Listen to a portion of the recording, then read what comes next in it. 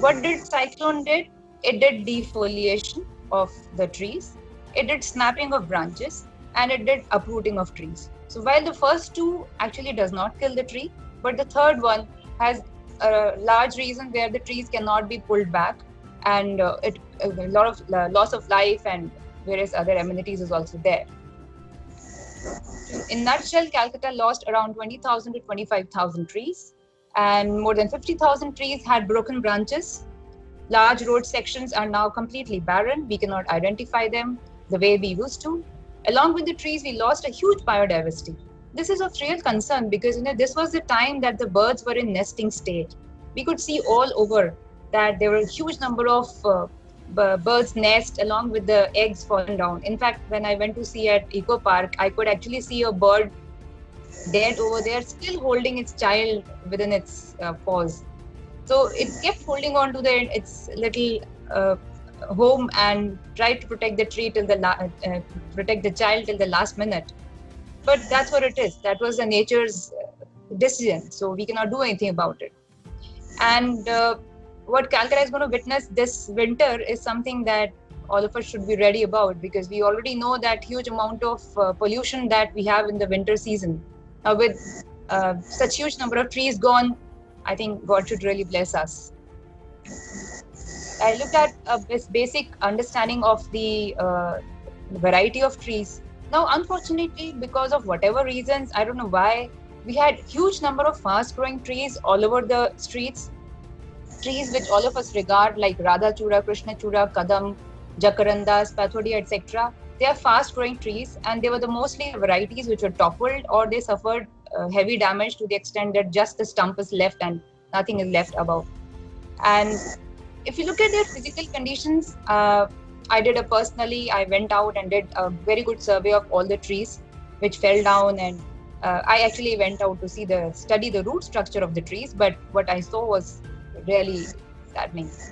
So every time I found that the tree is growing in just two directions, basically you have a boundary wall on the other side or you have a drain on the other side, and the tree does not get enough space to grow.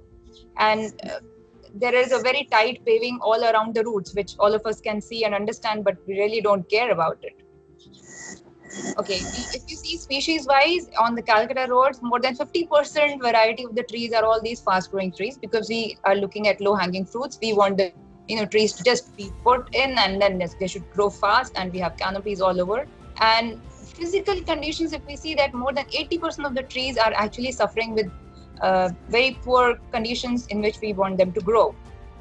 If we just have a basic understanding of what happens to the tree roots, if you see the figure on the left hand side, this is what a general notion that all of us have about the tree roots. So this graphics actually shows us that what is the notion of the tree that all of us have, and whereas what actually happens in case of the growth of the roots of the trees. So in the first image that you see on the left side, we see the graphics which shows the idea that all of us have. We imagine that the limited area in which the roots are growing is within the drip line. Now, drip line is the last point where the rainfall falls under the tree. So we imagine that is the end of the roots of the tree. And in fact, we don't even provide that much space to the tree.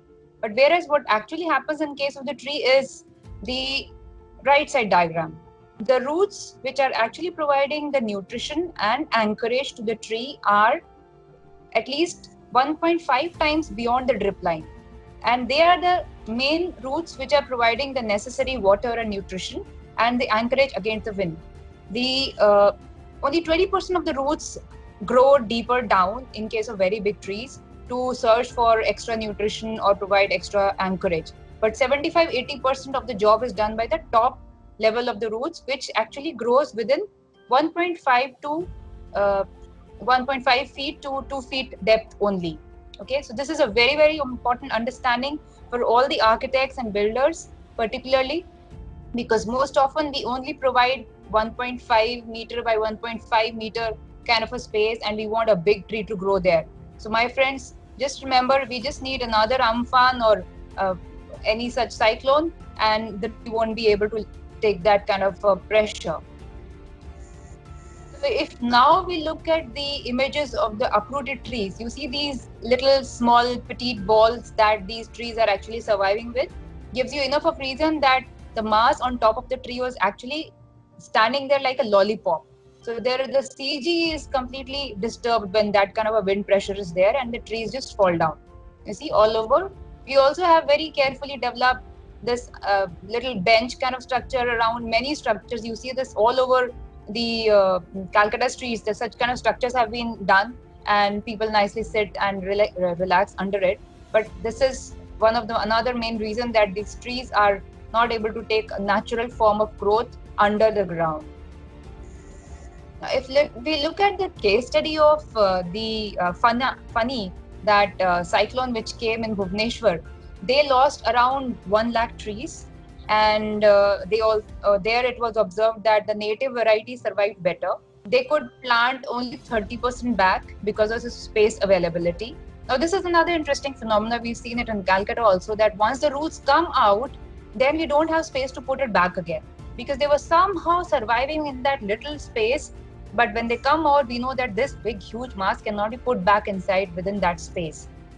So what Bhubaneswar did was that they planted 30% back into the ground wherever their space was available, and 20% of them were shifted to forest and parks where they could be taken better care of. And for rest, they did compensatory plantations, and I must say they did a very good job. But at the same time, it has been observed that 27 to 30% increase in the cyclone frequencies will be observed now due to climate change. So that means it becomes very, very important. If we understand that the greenery, urban greenery is the lifeline of a city, then how should we do it, and what is the way in which we do it scientifically?